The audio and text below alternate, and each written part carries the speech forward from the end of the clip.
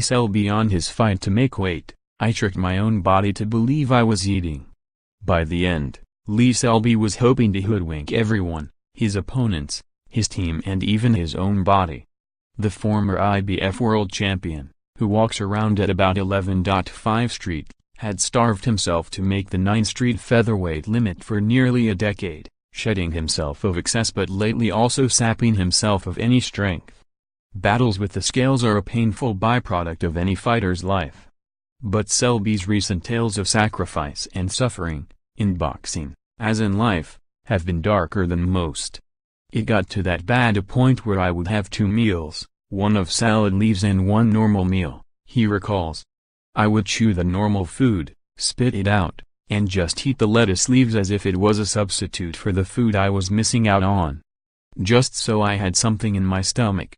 I was trying to trick my body into thinking I was eating proper food when really I was just eating leaves. It was dangerous, but I was willing to do that to keep hold of the title. For so long making weight was a fight within itself, but one worth paying provided the wins kept coming. They didn't. Last year the Welshman sat atop the division, on the cusp of lucrative showdowns across the world.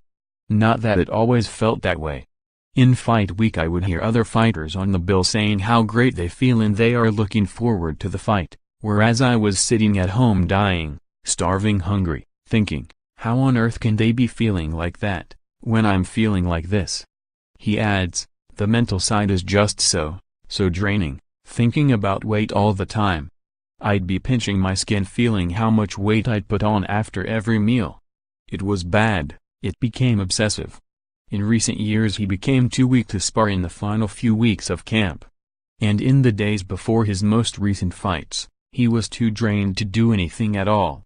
I was just lying around, the only bit of movement I would do was just to go to the gym to get the last bit of weight off, he laughs. It was from those ashes that he would have to rise each time he faced a man trained to damage his body some more. Selby hid his struggles from his team so they, like everyone, watched as his performances dipped, even as the wins kept coming. Then last May, the Welshman faced Josh Warrington at Ellen Road.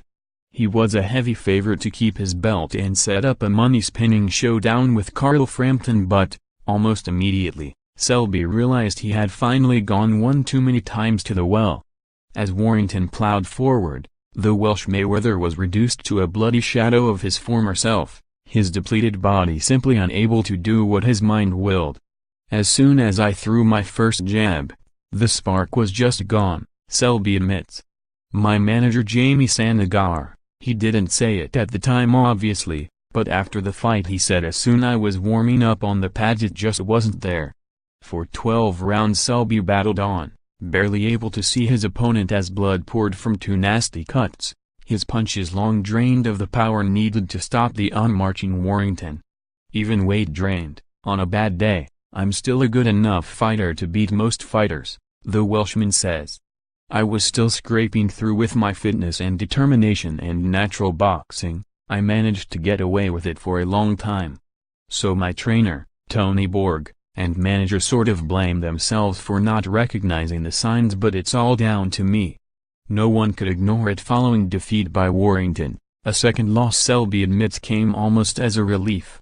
It spelled the end of his time at featherweight, and on Saturday, on the undercard of James DeGale vs Chris Eubank Jr., Selby begins a new chapter against Omar Douglas, having jumped 2 divisions to lightweight. Traffic caused him to miss Wednesday's final press conference, but provided he makes it to the ring on time, Selby hopes the extra 9 pounds will bring back his punch power and with it his best form. But making lightweight remains a challenge, meaning his love of cheesecake and Nando's must still be tempered, even if bigger portions are on the menu at last. Little else has changed. He still trains between his hometown of Bury and Newport, where he made his debut in 2008. The 32-year-old still lives nearby, albeit having swapped a council estate for village life with his young family. There's no place like home, is there? I've been all around the world, but I couldn't find myself settling anywhere but my hometown, he admits. I had my pro debut a stone's throw away from the gym where I was training, at Newport Leisure Center. I can remember it clearly. great memories, and I can appreciate what I've achieved more by starting like at the grassroots. No TV, no backing, hardly any money. I did it the hard way. It's a story he hopes can inspire other youngsters in South Wales. But one marked by tragedy in recent times. Fights, 28 won, 26 KOs, 9 draws, 0 defeats, to former IBF featherweight world champion in July 2017, just 4 days before he faced Jonathan Victor Barrows in London. Selby's mother, Frankie, died suddenly. Remarkably, the Welshman still defended his title in style before returning home to grieve. A week later his grandfather, Peter, passed away, too. I don't think it's affected me or changed me, to be honest. Everybody goes through their trials and tribulations, Selby insists. There are people in war zones losing their kids in front of them. It's just part of life, and you just get on with it. This stoicism is a far cry from a decade ago when, after the death of his brother Michael, Selby sought solace in drink and drunks. A few months later he fell to his first defeat as his career threatened to derail.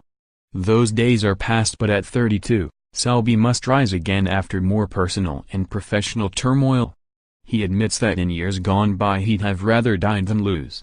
Now with people depending on him, his mindset has changed. But his determination remains as he begins a new chapter, hoping to become a two-weight world champion. That means more time away from his young family, and their stable of furry friends. I've cut back a bit. I've got 6 chickens, 7 dogs, a cat and 4 ferrets, he says. When Selby is away, the man who first took him to the gym, Craig Smythe, takes the reins. He's the only man brave enough to look after them. A keen hunter and shooter, the Welshman has no intention of turning his mini zoo into a business down the line. I've done enough work to last a lifetime already. But for now he has a big enough job on his hands as he begins his assault on the lightweight division. So what can fans expect from the new Lee Selby on Saturday night? Hopefully you'll see a bit of the old Lee Selby.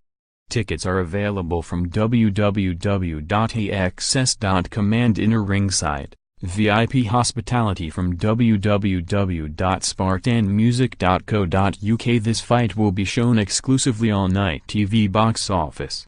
For further information and updates, please go to www.itboxoffice.com.